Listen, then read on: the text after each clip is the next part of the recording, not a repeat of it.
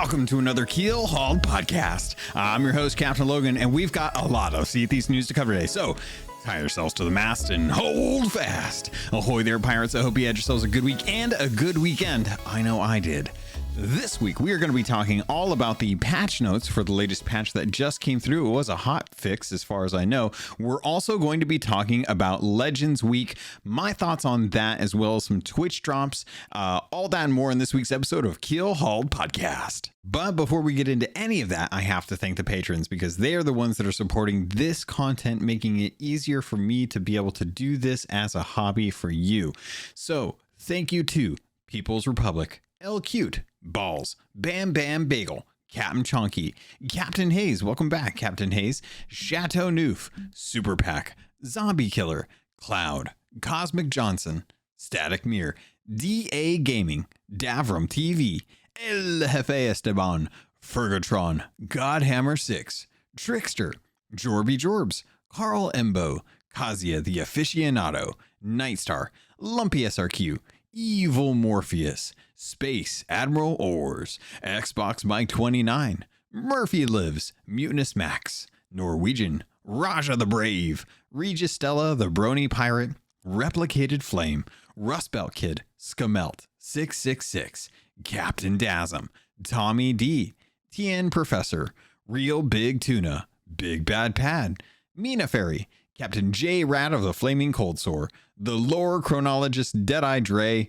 Hager Owl, Jeff H, Ghost Boy 20, Evil Martha, Peter Miller, Rooski Doo, Thor Von Blitz, Windsor Chris, Luke Lore the Insipid Ghost, and Zam. Wow, thank you all so much for your love, your support. It does mean the world to me. I really appreciate reading your guys' names out every single week.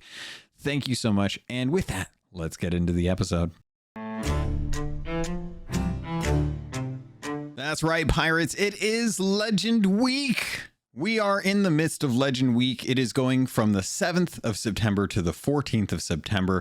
It is just 7 days, so make sure you're getting in there and logging in to get the login bonus as well as your free Veil Voyage. Legend of the Veil Voyage is available. That will pop into your inventory. Now that Voyages have expanded their inventory, it's a lot nicer to be able to have a bunch in hand, as well as the Captain's Logs or Captain Voyages that you can buy on your own. It is a great time to jump on. A lot of folks are kind of doing other things, and there's still a lot of games that can be played, but Sea of Thieves still running really strong. The servers that I was on this week, all still very active. Different moods as usual with each server. You know, it just depends on what one you happen to land on. But it's been nice. I got to log in this weekend and I got to work on some of the legendary challenges. Now, for me, I'll be honest, a lot of this stuff really doesn't really matter to me. I don't necessarily really need anything out of this. I've maxed out my Athena rep. I've got my renown done for the season, have for a while. And the legendary silver, no, what did they call it? I totally blanked on what they called it. The legendary, I'm going to find it. Where's that tweet? The legendary, it's almost here. Where did I see it? What? I can't find it.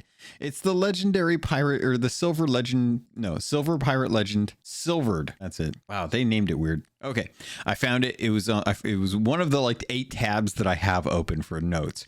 It is the Silvered Legendary Eyepatch. Once you turn in 10 pieces of Athena loot, that is yours. If you didn't get it last year, this was something that was available last year during Pirate Legend Week as well. I don't remember what we did for that, but I'm pretty sure it had pretty similar things. So good way to get this. You also get the Mysterious Stranger tankard. This is new. This is a new one, and you get it just for logging in. So you don't have to worry too much about it. You just got to make sure that you're getting in there before September 14th. And that is all you have to worry about. In fact, I think I was talking to Grangar today and asked if he had done it.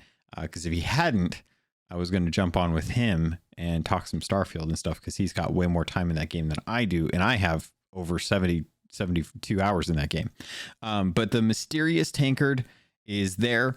Seen some commentary online about this. Actually, a lot of folks saying that it's too simple, that it does not befit the Mysterious Stranger. And to be perfectly honest, I can see where they're coming from. But the Mysterious Stranger set itself, not very flamboyant. Definitely not like a Ramses or a Pirate Legend. I mean, the Pirate Legend outfit in and of itself is actually a lot more kind of out there as far as like extravagant. Yeah, that's the word I was going for. Along with like the Dark Adventurer set, you know, a lot more extravagant than your standard Mysterious Stranger. He's just kind of supposed to be that dude that's just kind of chilling there, being mysterious, not drawing attention. So it makes sense, you know, his tankard probably not really flamboyant. So good to see it out there for something, you know. It's all hats at the end of the day, so you know, make sure you log in, get your hats. I got a hat actually this weekend. It was kind of nice. Finished up enough Veil Voyage destructions to be able to get my Reaper's hat, so it was kind of cool.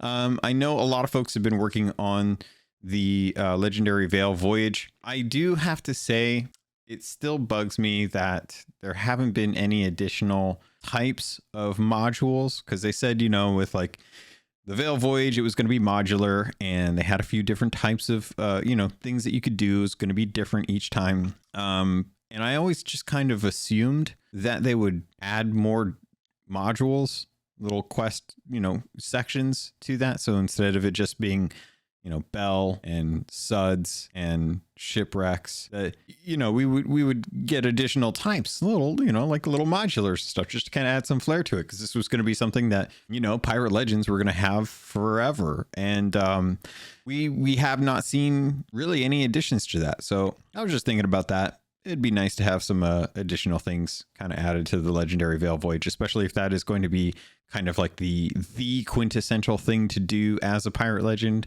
Once you get all the commendations knocked out for the legendary Thieves Haven run, as well as just like, well, I guess most people, you could probably do the Devil's Roar Pirate Legend Voyage. That's pretty lucrative if you ignore the cargo crates, which a lot of people do.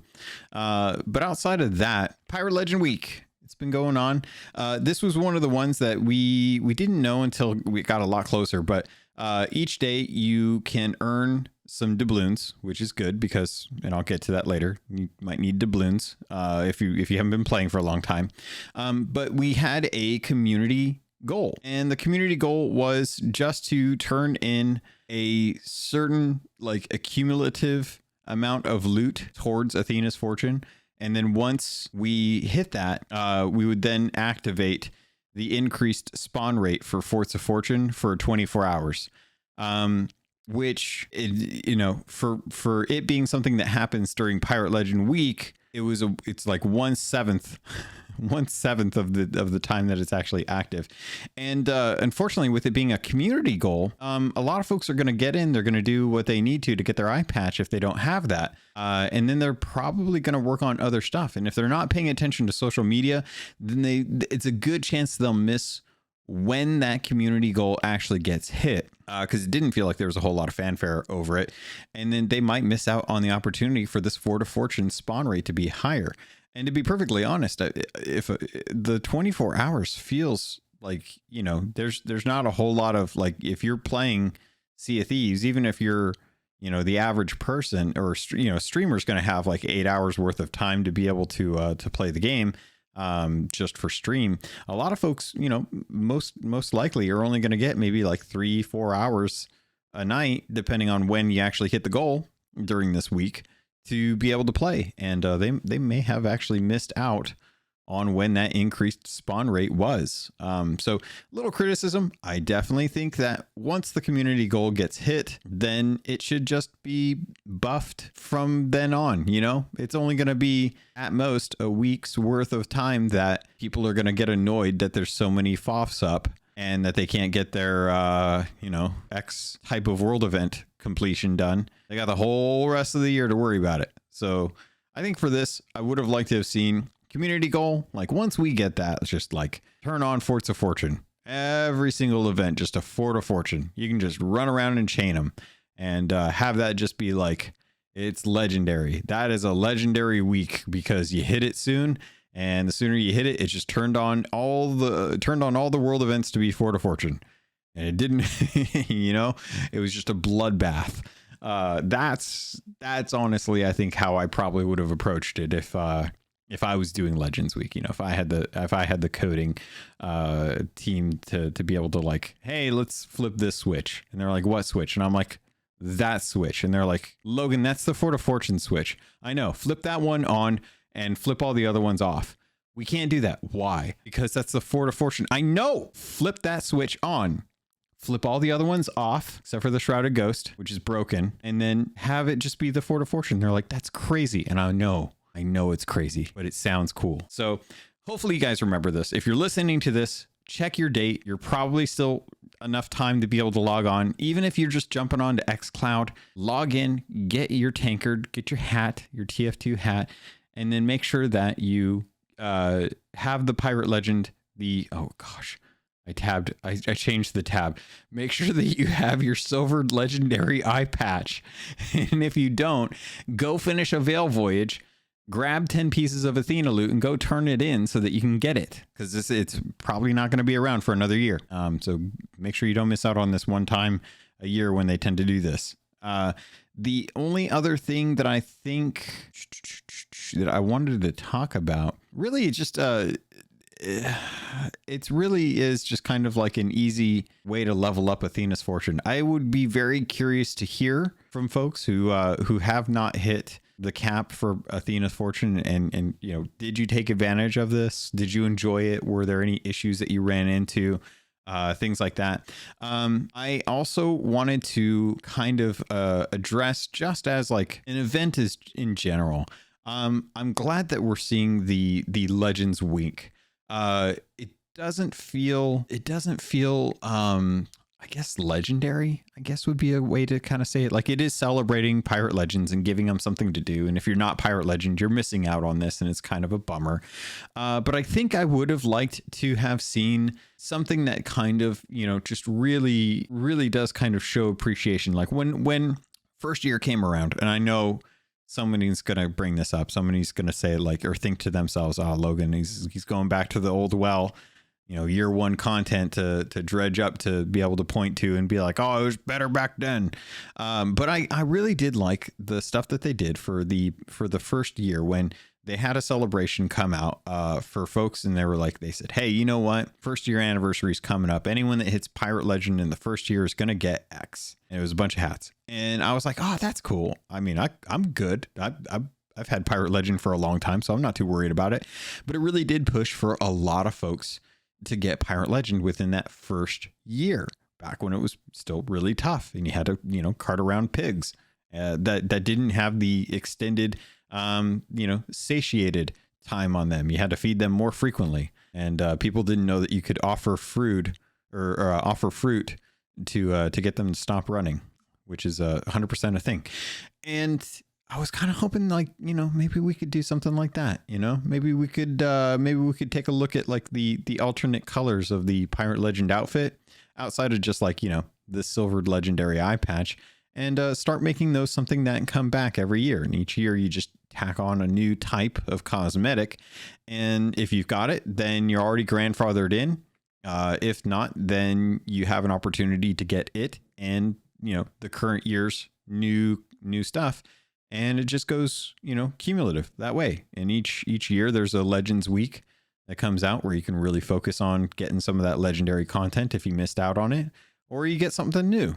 Kind of like Grogmanet. Grogmanet has a tankard that gets a new etch mark on it every time there is another year that comes by that you participate in Grogmanet. And, you know, I've got my tankard. It's got 3 etches in it. And I look forward to this year when I turn that 3 etches into a 4 etches, or maybe it just goes into Roman numeral 4. We'll have to find out about that, because it's going to be really weird if they decide to take the tankard and make it into the Roman numeral 4, which is just IV.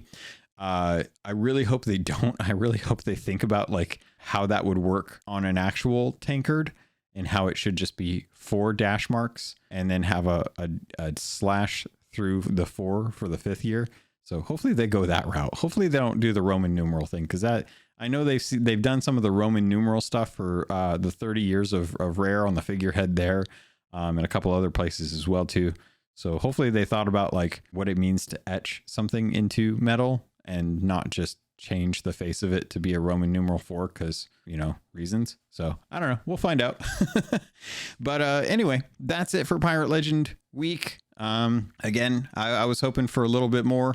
By the time I got to check in on things, I think that, you know, most of the commendation or most of the community had already worked their way through the goal, and I completely missed like the day that it was actually the Fort of Fortune day, and no one was talking about it around me, so I completely missed out on the frame rate or the FOF rate increase for the 24 hours. And I think it's an interesting time. I wonder why that's what's going on. Anyway, let's move on. Time sensitive stuff you should be paying attention to. It is currently September 10th.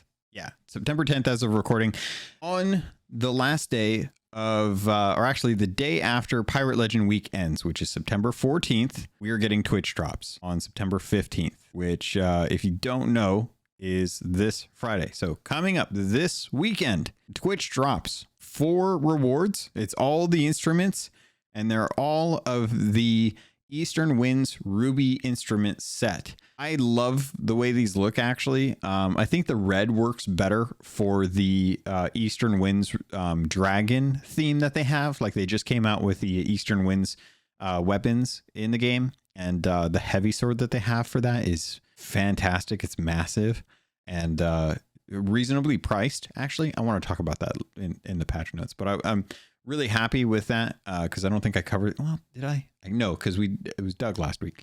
So I was really happy to see that we are getting the instruments for the Eastern Winds Ruby set. We're still working our way through the Eastern Winds set for Twitch drops, and curious to see like what set we're actually going to get after the Eastern Winds Ruby. I put into the Discord for Keelhauled, which, if you guys don't know, a great place to meet up with other folks, talk about a bunch of news, talk about games, stuff like that. One of the things that I was actually curious about was, are there sets that folks like, as far as like cosmetic sets, that they want to see a recolor of? Because a lot of folks will look at the Eastern Wind set and think, it's just the Eastern Wind set. It's the Sapphire version this time. It's the Ruby version next time. It's the recolor this time. And I wanted to know, like, what was a good set that people would buy a recolor of? Godhammer 6 wrote in on the Discord and said the Dark Adventurer set, which would be pretty cool. Suggested that a white and blue motif would be cool. And they could call it the Light Adventurer set, something that I guess a Shiny Ray had mentioned before, which I do think would actually be pretty cool. And then Captain Hayes wrote in, says, I would love a red and black version of the coat that Pendragon wears, which is a really nice coat. You can actually get something very close to it on your own without actually having it being Pendragon. You can actually walk around definitely some good things. And then Beatinator, I think, made a joke about the fact that we really need another recolor of the Eastern Jade set, which at that point, I think we're gonna have to go with just a complete different color. Not emerald, not sapphire, not ruby, topaz, pearlescent. What if we got like a mother of pearl version or a jade and mother of pearl version? Mother of pearl's pretty popular. I would say that would be a pretty cool one. I would like to see that. Yeah. And then I think then the question kind of came in as we moved away from like the actual sets. And the question came up of being able to recolor individual set pieces or being able to have like a color wheel of that. And it's kind of a bummer because one of the things that I know that I've talked to Mike Chapman about was that potential. And unfortunately, something like that is just not how the game is engineered. There isn't like a pigment system for everything the way there is for like underwear and hair. Like underwear and hair have pigment systems built to them. And I'm not sure what it is about those that makes those special. Probably the complexity of the actual models themselves. Like there's no color coding because like with hair, that's just one color that you can change. and you can put gradients on the color that you're applying, and have those as like their own separate thing. But with cosmetics, like the cosmetics themselves are not broken down based on the colors that they are. They're just colored that way, and you can change those colors, but you have to individually go to each piece and tweak it. And they just don't have the interface built out for something like that to be able to pick what parts of the cosmetics you do. Now, I will say that I would like for them to do an overhaul on the cosmetics so that you can actually look at sets as their own piece and have them broken down by sets. So if you want to have it filtered by cosmetics you own by sets. And I think, what was it? Okay. So Destiny 2 does this kind of a way that like they have a collections that you can pull from, and all of their cosmetics are based on where you find the cosmetics, but also what the sets are called. And you can like look and apply whatever set you want to the cosmetic that you want to look like. You can apply that to your character now. But I would love to have like a way to go into your ship, have like a mannequin on display, and to be able to display like a cosmetic costume that you like, have that set up, have that mannequin be the captain's mannequin, and have it set up so that you can show what your favorite cosmetic combination is, like a loadout, and save it as something in your wardrobe or on a mannequin in your captain's cabin. Like we have a wardrobe in the galleon. Now it would be a little bit more difficult, which I think is where the mannequin I think would come into play for like sloop and brig, because obviously you don't have that nice, really big captain's cabin. You still have to have something for the other ship types. So something like this would be a little bit tougher.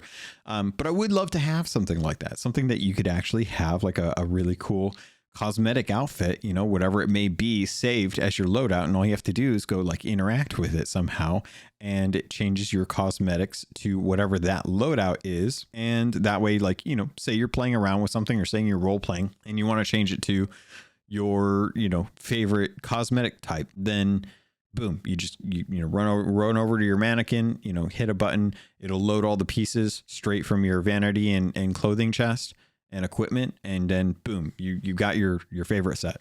Something like that I think would be really interesting to play around with. See if that's something that can actually get engineered into the game. There's a lot of cool stuff that we've seen that they've been able to do. And I'm sure there's a lot of cool stuff coming down the line that they're working towards. But I would love to have something like that. It's an easy fix for me to be able to have my favorite cosmetics, or something that I want to equip because it is something that, like I have a tucking outfit and I want to go into the clothing chest, and I want to click on the loadout that I have saved for my tucking outfit. Or I have, my fishing set. I have a specific look that I have when I want to go fishing, something like that. Give folks a little more agency over all of the cosmetics that we have. When you've got like 21 pages or 22 pages of titles, that's a lot of titles, and they're not really organized by any specific thing outside of, when you acquired them, and if they happen to be tied to a specific trade company, and they're all images. It's not just a list of title name that you can pick from. It's like, you got to go in and find the image and hope that you remember what that image is of the title that you want. Otherwise, you're going to be hovering over and scrubbing through 22 pages of titles. Like, it's just not really a system that's developed for how long the game has been out. And I think that is something that hopefully, we can talk about and address and get some feedback to the devs on, to get an opportunity to kind of think about like those systems, and how can we actually, have something that will be easier. Just if you've acquired a title, have a title section where it's just a list of titles that you can scrub through, and it's just the actual title itself. I don't need cool icons are awesome. I know a lot of people put work into them, but at the end of the day, if I want to find like Ratcatcher, I just want to be able to find Ratcatcher without having to tab through 18 pages before I figure out which page it's on, because inevitably I'm probably gonna overlook it.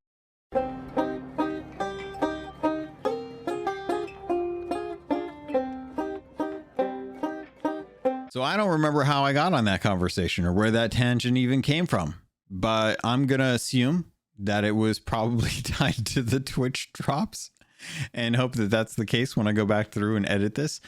So again, those instruments, it's all of the instruments. So it's the banjo, the concertina, the drum, and the hurdy-gurdy. It's all, why did they call it the speaking hurdy-gurdy on the tweet? That's really weird. So they have the tweet and it says Eastern Winds Ruby Banjo. Okay, makes sense. Eastern Winds Ruby Concertina. Yeah, that makes sense. Eastern Winds Ruby Drum. Very clear. I understand it, appreciate it, makes sense. Eastern Winds Ruby Speaking Hurdy-gurdy. What? What is a speaking hurdy-gurdy? It reminds me of the singing sword from Roger Rabbit, which is a deep cut for any fans out there that know what I'm talking about. But yeah, I am glad that they're doing the drops. This is, again, just for the partnered streamers. I know recently we had the one that was for everyone, which I really appreciate because of the diversity of streamers out there, as well as the discoverability of being able to earn drops from anyone. The partnered streamers are probably going to be working on this. It is one of those things, again, where it is 1 hour per item, and you have to claim the item before that next hour starts. As always, I recommend going and getting yourself the Chrome extension Automatic Twitch, which will claim channel points. It will claim drops. I think that's really all it really does, but that's all it really needs to do, honestly. I have had that on, and outside of one period of time where there was like a hiccup where it just wasn't working and it happened to be on a Twitch drop weekend, that was the only time where I was like, oh my gosh, this is not doing the thing it advertised. Gosh darn, this free software that I got that is doing the thing that I don't want to do. Outside of that, I think you guys are going to have a pretty nice time. Go find your favorite streamer, give them some love. Hopefully they're not playing Starfield. If they're playing Starfield or like a horror game, I'm very sorry for you. Definitely like let me know, because I can probably help you find a Twitch streamer that is partnered watching or playing Sea of Thieves. Most of them are pretty good about this, though. Honestly, like kudos to the partnered streamers out there for taking time away from the game that they may be playing recently. That for all intents purposes is probably giving them a lot of enjoyment for. They always take a hit when they change away from their main game. That's just the nature of how Twitch is. You know, folks want to watch, you know, streamers play the game that they want to watch play, and if they switch from the game that they want to watch playing, they're going to go find someone else. That's just kind of how entertainment works. So I'm sure they'll be on point with it. They usually are. You know, that's why, you know, why Rare is giving them doubloons. It's why they're getting ancient coins for this. It's because they are advertising the game during these times. So they want to make sure that they are actually doing that while a partner. It is time for patch notes. Get your hooks out, get your pitchforks. We got to be going after the devs for these horrible things that they've done to us on these seas.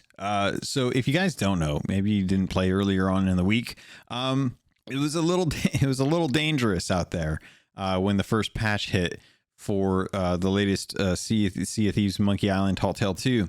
And I'm not going to throw anyone under the bus, because I appreciate the fact that the devs worked hard to get this hotfix in.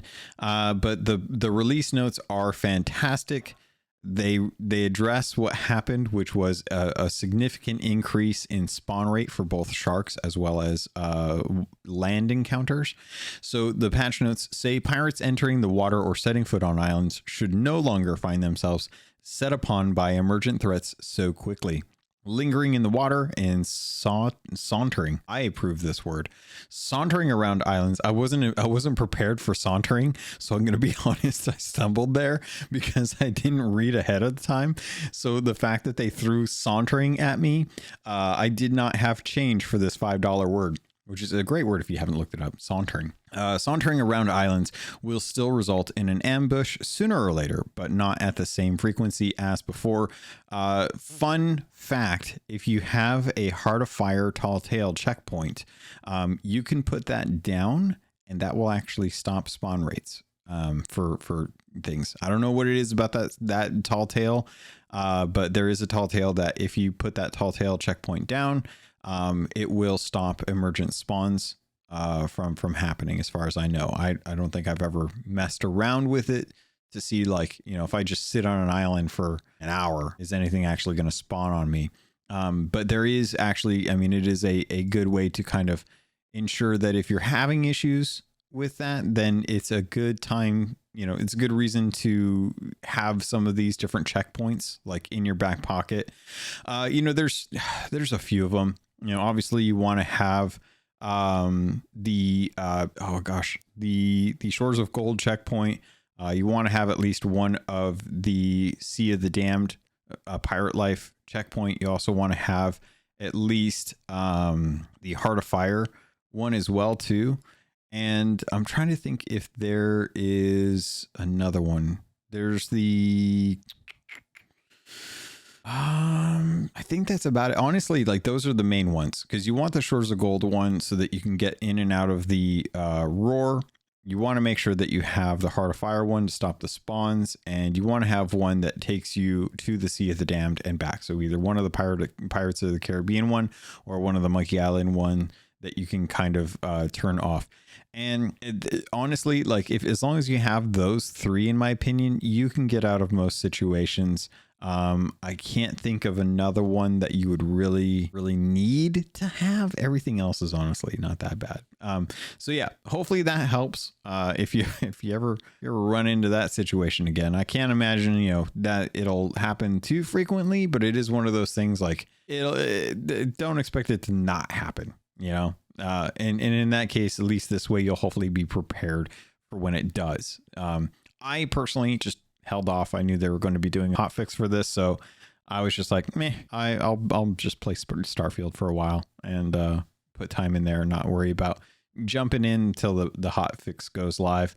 And yeah, now it's, you know, super easy. A lot of folks I think are actually working on Monkey Island Tall Tale 2 to shore up on the last of those commendations. Anyway, I think a lot of folks got them done the first time, but haven't gone back to actually complete those to get the rest of the rewards and achievements and stuff tied to those. So outside of that, we did see that the quest for Guybrush, after returning from the Sea of the Damned, pirates who drop treasure on board will no longer find those items returned to their ship. There was a visual audio thing. The flaming jackal compass now points pirates in the correct direction. Oofda. You gotta make sure that your compass is working properly. If it's not, you know, it's either Jack Sparrow's or, you know, broken. So get rid of it. And that was it as far as the actual patch notes. I'm trying to think if I actually talked about patch notes last week. I don't think I did. I think Doug and I just kind of talked about stuff. But I wanted to talk about the new stock that came in, because I wanted to talk about the fact that I'm really happy with the Flaming Jackal set. We recently got the Flaming Jackal set, which looks cool, by the way. I actually really like it. They did a good job. And I like that it is cheap. If you don't know, most of the cosmetic sets that we've been getting have actually been for the trade companies. And they've been pretty hefty gold sinks. You know, we're talking like hundreds of thousands of gold for one item.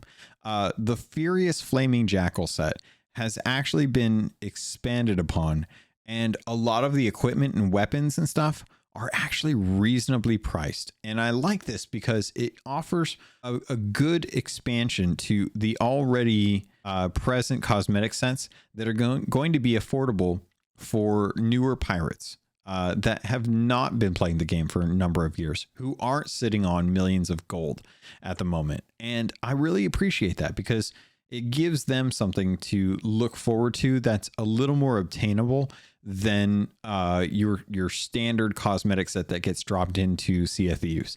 And I like that they're paying attention to the balance of the ecosystem here, that the economics of the game are still in flux, depending on, you know, when you're playing or how long you've been playing.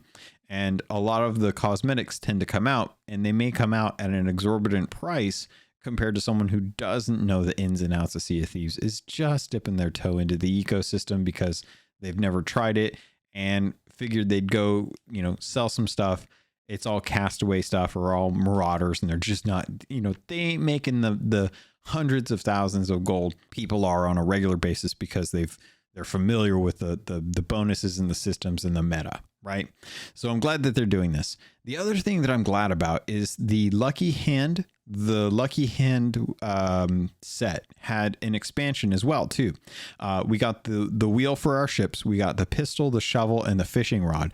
The shovel's cool because I actually like the fact that it has a horseshoe on the actual shovel part of it. Kind of goes in, with the luck aspect of the Lucky Hand, given that it's all kind of card-based themes. And all of those were each 600 doubloons, which for me sitting on like 22,000, I was like, oh, that's easy. That's super great. Now, if I was a new player, that would really suck to have that set from, what was it, season 2? I think it was season 2 that the Lucky Hand set, season 2 or season 4. I can't remember. But it's one of those situations where I'm glad that we're getting expansion. We did it with the Frostbite set recently. And I'm so glad that the Frostbite set got expanded upon as well too. So really happy to see like these seasonal sets that were in the Plunder Pass, the free tier come through, and actually having like more of that brought to the game. And I'm totally fine with the doubloon cost. It's a doubloon sink, and I appreciate that because we don't have a whole lot of those, especially if you've been playing on a regular basis, keeping up with the content, getting the content when it's first released as opposed to afterwards, working through commendations. So really happy to see that. Very cool to see that we're getting some new ponytail styles and mustaches as well. So make sure you guys keep an eye out on that. And again, I mentioned the Ashen Dragon set, the expanded range of clothes, as well as the heavy sword and rapier for gold, reasonably priced. Pretty happy with that. Don't mind that at all. And the heavy sword, big chonkin dude, just absolutely huge. It's super wide. It is just a giant rectangle with a red dragon down the middle of the blade. It's a black blade. I'm very happy with black blades. I love those, and really just cool. I'm honestly really just happy with the way the cosmetics are turning out. We've got varied cosmetic costs. We've got different types of currency being used for them, and they're expanding upon the previous sets that were originally released earlier in seasons that were more limited. All just things I really can't complain about. I'm very happy with them. Very happy to pick those up. So let's see. Oh yeah, what? Of course, it would help if I read the patch notes ahead of time, but I don't do that. I like to just kind of talk about these as we break through them. So season 2, Legacy Cosmetics. Those cosmetics were previously available for season 2, have now arrived in the Outpost shops, and can be yours in exchange for doubloons. I have heard that these costs are pretty high. I don't know how they are expecting new players who have missed out on season 2 to come in with barely any doubloons and to be able to earn enough doubloons to be able to buy these old sets. I don't know. I would love to hear from folks that are newer to the game that don't have a lot of doubloons. Do you see these, and does it upset you that the cost is as high as I've been told? I would love to hear some feedback on that, because as someone that has, just under 20,000 doubloons right now, dropping 600 for a wheel does not faze me in the slightest. The economics of it just don't impact me in any way. And I feel like I'm of the 1% in that situation. So I would love to know, like, are these cosmetics priced affordably enough for someone who has not been playing the game, who is looking to catch up on this content? Do you feel like you are tasked with an impossible task? I'd love to know. Additionally, pirates can purchase the Lucky Hand clothing set along with a range of unique one-off items that were available during the season, which is not the stuff that is the Lucky Hand stuff, but the stuff that it was like the little things here and there that were strewn about across the rest of the Plunder Pass. Those can also purchase. They can also purchase the Athena Might's cutlass and the Shackle Phantom Hull. Those are available for doubloons as well, as I've been told. The time-limited Ocean Deep items, however, remain exclusive to players who participated in Season 2. If you don't know, that was the paid Plunder Pass cosmetics during that time. So they're trying to respect folks that pay for the cosmetics through the Plunder Pass by keeping those exclusive to the season, which take it or leave it. I think it's always a bummer when folks don't have a way to get cosmetics, and I bought them at the time and I got a good deal because I earned, enough ancient coin during that time to kind of pay for a majority of the Plunder Pass. And yeah, I did have it for that time. So if anything, I was buying early access, which I'm fine doing with stuff. The other thing was refreshed Emissary Ledger rewards. So this was something I talked about 3 weeks ago. I feel like it was 3 weeks ago at this point. But if you want, you can now go out and get the spyglass and bucket for the respective trade companies. So Order of Souls, Merchant Alliance, Gold Hoarders, Reaper's Bones, and Athena's Fortune. All of those are now available for the ledgers. It's the beginning of, it's not the beginning of September. We're 10 days into September as of recording. So you're gonna have to keep an eye on your ledgers and work on those if you want to get it. Additionally, these are going to be available for a while. They reset the emissary ledgers prior to the launch of season 10 for reasons. So, even if they reset the ledgers in October, you're still going to be able to play catch up because you'll still have 3 months of season 10 to be able to work on getting the spyglass and bucket and then whatever comes in after those. So don't worry too much about those. I would just say, work on your emissaries like you normally would. Good chance that you'll hit that top 25% and be able to get your cosmetics, even if you're playing fairly casually. It just, make sure that you're paying attention to what's on the horizon so you aren't accidentally like getting caught out by a crew that you didn't notice on the map or, notice while on the horizon. So one of the cool things that came with this update beyond just the Tall Tale 2 for Monkey Island was the accessibility feature for aim assist. Now, aim assist is not aim assist as in the controller is going to move your cursor or move the cursor to or where the sight is in track along where a target is. It is an audible thing. So you can use it to, when you're aiming down sights, get a bead on someone based on the clicks that you hear and the frequency of those clicks. Obviously, the more clicks you hear, the closer you are to the target or to a target. It doesn't specify necessarily like the difference between enemy and player. And a lot of folks thought that this was cheating. This was a hack. How could Rare possibly do this? It's going to ruin Tuckers and whatnot. And to be perfectly honest, I don't care because I think that if you are tucking and someone can see you within their aim assist, that's just another factor that you have to take into account. You're already tucking, so you're already making a gamble out of this. You're not putting any effort in outside of just hiding. So if you win, you still win. If you win and someone's using aim assist, then you win even harder. And the opposite is true. If you lose harder. So it's definitely going to help folks who are concerned about Tuckers and who just want to point their gun at something and kind of scan the horizon and get information that they can't visibly see. But the trade-off is that people who can't see will actually be able to actually shoot something. And after watching a couple streams from Sightless Combat, I think this is a huge win for accessibility. I think it's really cool that it works as well as it does.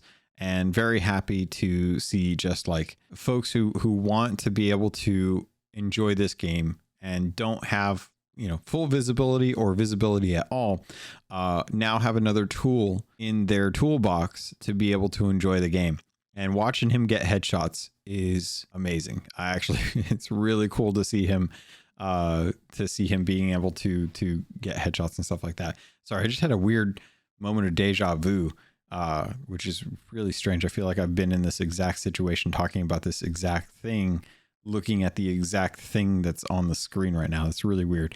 But yeah, really happy to see that. Really glad that it is working as well as it does, and that folks can turn it on. Just like, the argument always came back to me. I always thought about the fact that most people have reduced hold to interact on. Like most folks usually have, like, no one is sitting there. And if you are, you really need to, take a step back and look at your life and think about the choices you've made, because you have a tool that allows you to click the repair button once and the little meter fills as the wood repairs your ship, and you don't have to hold the button down. So I definitely think that if anyone has that turned on and they're complaining about aim accessibility features ruining their tucking experience, then if you can't like cherry pick which accessibility feature is good and which one's game breaking, because it's all or nothing with accessibility. Like, you either give it to everyone or you don't give anyone accessibility options and stuff, because it needs to be there for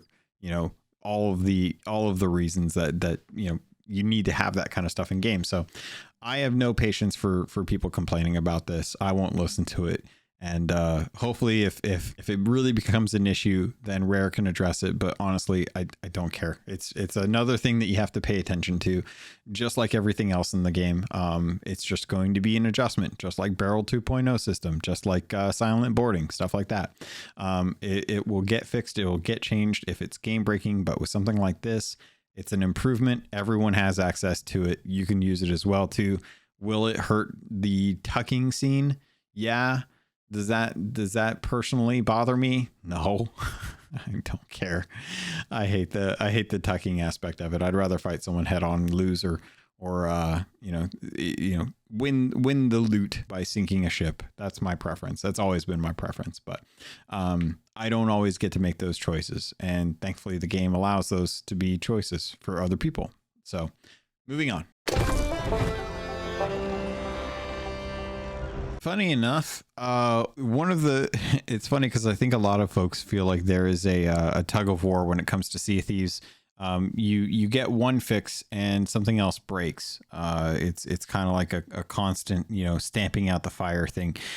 So while we did get a really nice fix for when pirates jump and grab a ladder at the top, you'll now actually smoothly climb up the last step and ascend more quickly, as opposed to kind of like dropping down and then having to reclimb back up, which I don't remember that being something that you did. I always thought that you had to like have that weird period where you kind of slid down the ladder a little bit to be able to get back up to the top deck.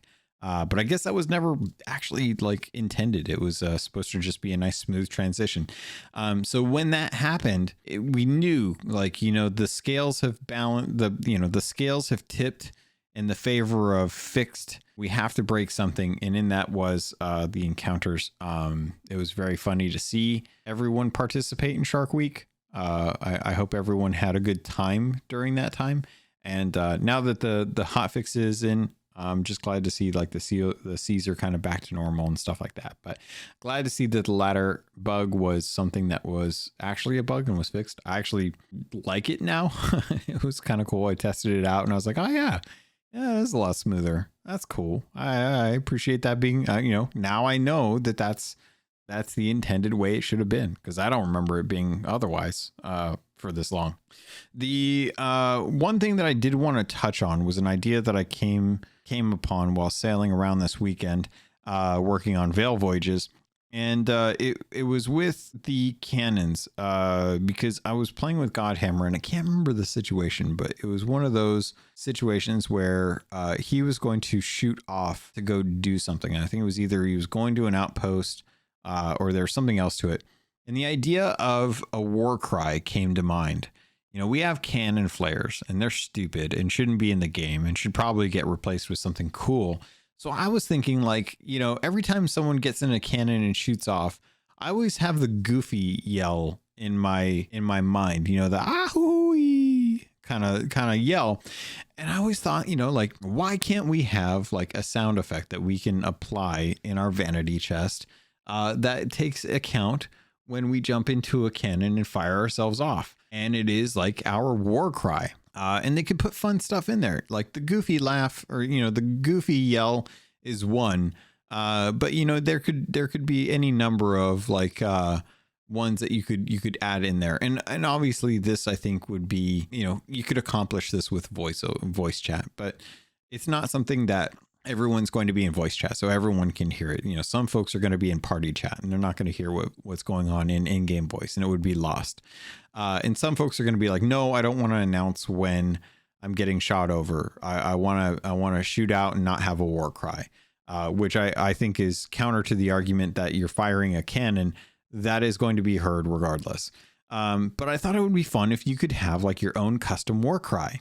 Like, and have it be fun stuff, have it be goofy, Sea of Thievesy type stuff, like Jack Sparrow's yell, or Goofy's yell, or This is Sparta, or, just you come up with a yell that you think would be fun and have that be your war cry, and have that be something that happens every time you fire yourself out of a cannon. And it wouldn't matter what cannon it is, because it's your war cry. But something fun like that, I think, would be it's just one of those types of vanity cosmetics that, we have titles, we have makeup, we have hair dyes, we have goofy stuff like that. We have cannon flares for some reason, like, and some of the cannon flares even have noises as well too. But I was thinking, like, wouldn't it be fun if we could have like little custom war cries, and it could be, stuff that's from Sea of Thieves itself. Like if you were a Reaper and you were a diehard Reaper, you could have like the war cry of your supplies must be dwindling by now, throw in a couple flame heart lines in there as your war cry when you get fired out of a cannon. And it's not like, it's not like you're going to hear it a lot, but it is going to be something that people would hear in general. I just think it would be fun. I think it'd be a fun addition to the game. It doesn't need to be impactful. It doesn't need to be serious. I think sometimes we get too serious about games, and it'd just be something to kind of like add there. And like I would love to hear like the Wilhelm scream, which, if you don't know, is like that really that canned. I can't even describe how it sounds. But if you've ever watched a Lucas movie, like a George Lucas movie, like Star Wars and stuff, the Wilhelm scream. If you don't, look it up. There's a fantastic story behind that. It's a cinema staple at this point. It's almost like more camp than anything, but it was like a serious scream at one point. But stuff like that, I think it'd be fun. I think we'd have a good time with it. Like, you could, I mean, getting into the lowbrow humor, the brown humor here, you could have like a fart sound as, just like the sound that comes, when you fire a cannon. It's like, what happened? It's like, what was that? Oh, he just shot himself off. Why did it sound like a fart? Because that's what he used to propel him. He's like Milo from Avatar. So anyway, I think that is pretty much it as far as patch notes, folks. A lot of fixes to Melee Island. Glad they're seeing that, they're working on that. We are roughly about a month away. We're like six weeks away from our season 10 update. International Talk Like a Pirate Day is September 19th, which, if you don't know, now you know. So that is coming up. I don't know if they're doing anything for it. They usually do something for it.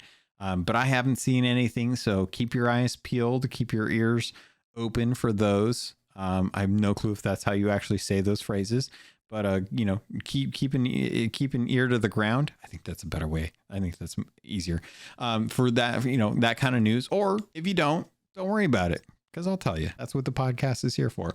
So that's going to do it for this, folks. If you guys like this content, again, thank you for listening. You can always do me a favor. If you haven't already, reviews and ratings over on things like Spotify and iTunes and Google, they always help with algorithms. Algorithms suck. Podcast has been going on 5 years. It's hard to get folks to want to spend time like reviewing and rating this stuff, because It's just a staple in their lives. And a lot of folks have already put their effort in. So I always appreciate that. And it's tough because it's not like that helps on a weekly basis. But what does help on a weekly basis is you all listening to the content. So thank you if you do. I really appreciate it. If you want to get a hold of me for anything, you're always welcome to reach out. I'm over on Twitter at CAPT_LOGUN, while Elon Musk is still trying to change it over to X.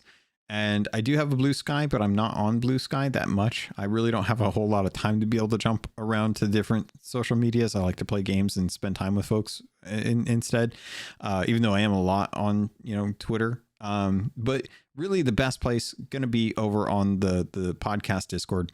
Head over to the show notes. It's got an invite link there to join Discord, which if you don't know is just a server based system that has a whole bunch of channels that are queued into different likes for different categories and stuff. So a lot of folks, we usually talk about like the game news and stuff coming out, things we're excited for and whatnot. So lots of stuff like that going on. I haven't seen any Sherpa activity going around recently, but the Sherpas are still in the Discord. If you want to ask them for help or have any questions, they can always help you out as well too, as the mods are there as well to help out. And I'm trying to think if there's anything else. Yeah, it's a long shot, but you're always welcome to email me too. CaptainLogun@gmail.com is for the podcast. Other than that, I think that's it, pirates. Thank you. I love you. I look forward to sailing with you on the Sea of Thieves.